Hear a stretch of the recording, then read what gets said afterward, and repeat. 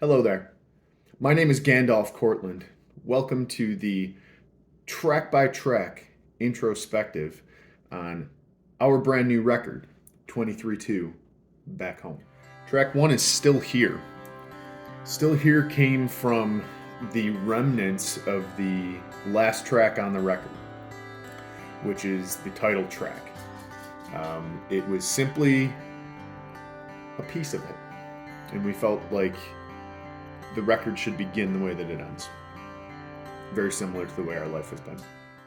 California was written about a day that is so ingrained in my memory that I cannot picture my being without it. It's a sister song to track 3, which I'll get into.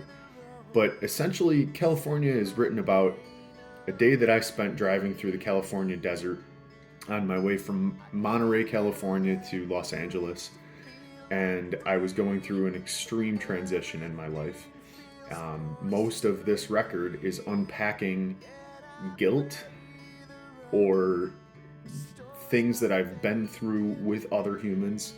And on that day, I had a whole lot of guilt. But it's funny because that day, I got to process a lot of it. It means a lot to me. King of Letting Go. King of Letting Go is the sister song to California, and it chronologically actually belongs before it, but I felt that it was a stronger idea to put it after. King of Letting Go is about the same person that I was feeling guilty about hurting in California.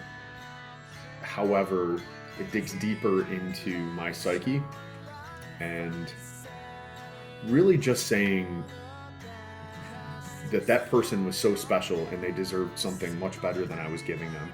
And even though said person, I think at the time, believed that was a cop-out, really in retrospect, I know I made the right decision.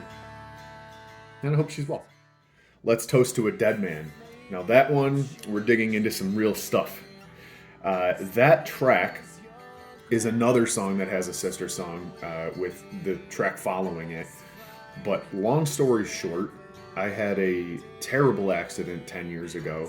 And at the time, I had been with someone for a very, very short period of time. But it was one of the most intense connections that I've ever had with someone. And unfortunately for said person, she was placed in a position where she needed to take care of me instead of continue to get to know me, fall in love with me, whatever that would have been.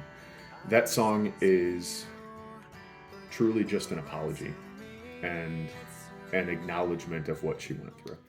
I remember you differently than you probably remember me. That is the sister song to Let's Toast to a Dead Man.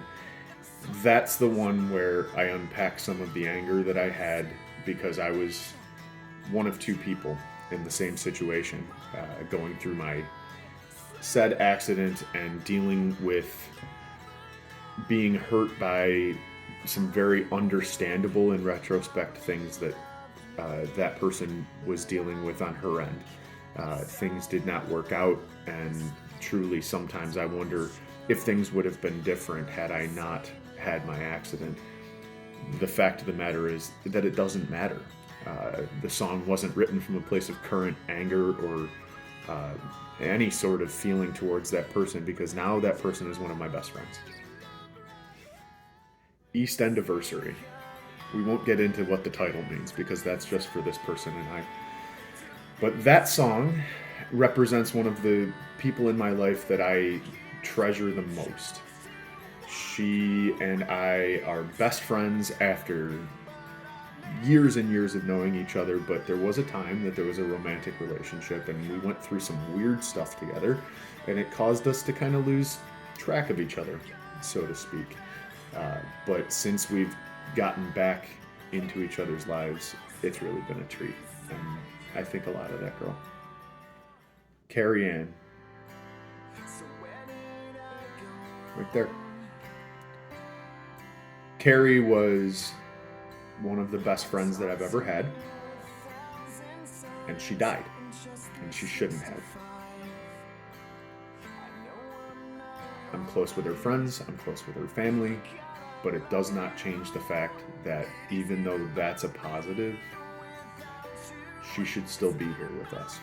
And I think about her every day of my life and the things that could have been different if maybe we were different towards the end. I hope wherever she is, she knows that I love her. First prayer. Now there's a special one. Freddie Clifford wrote first prayer for his best friend. And that person has been very public about their fight with cancer. And she is far too young to be thinking about things like that. But these things happen. Real life is ugly. The song is truly a response to his ask for me to write about the situation that his best friend is going through. That person is very special to me as well, and she knows that. But at the core of it, it's really just a plea to a higher power that I don't know exists for her to get better. And we're hoping that she is. 2609. The only really significant thing that I can tell you is that the title represents a number of miles that was between my residence and someone else's a number of years ago. That person became one of the true loves of my life, and I think that's all I need to say. Shame.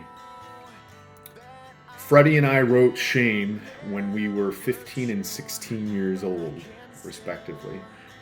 That was one of the first songs I ever wrote that I was proud of. Truly, he tracked the song for fun, sent it to me, and I said, I'm going to sing this again. 20 years later, I think we did it justice. Back Home is a song about me. It's truly a full introspective look at my inability to love correctly and watching all of my friends be grown-ups and have families and get married and all of those things that I probably don't know if I want, but I'm really happy for my friends. And it puts me in a spot where I'm saying, man, you guys must hold all of this so dear. I don't know that I do. All right, guys, thank you for spending time with yours truly, Gandalf Cortland of 23-2 on this brilliant introspective look at our brand new record. If you've taken time with it, we appreciate it. If you haven't, you probably didn't get to this part of the video. Much love, y'all. See ya.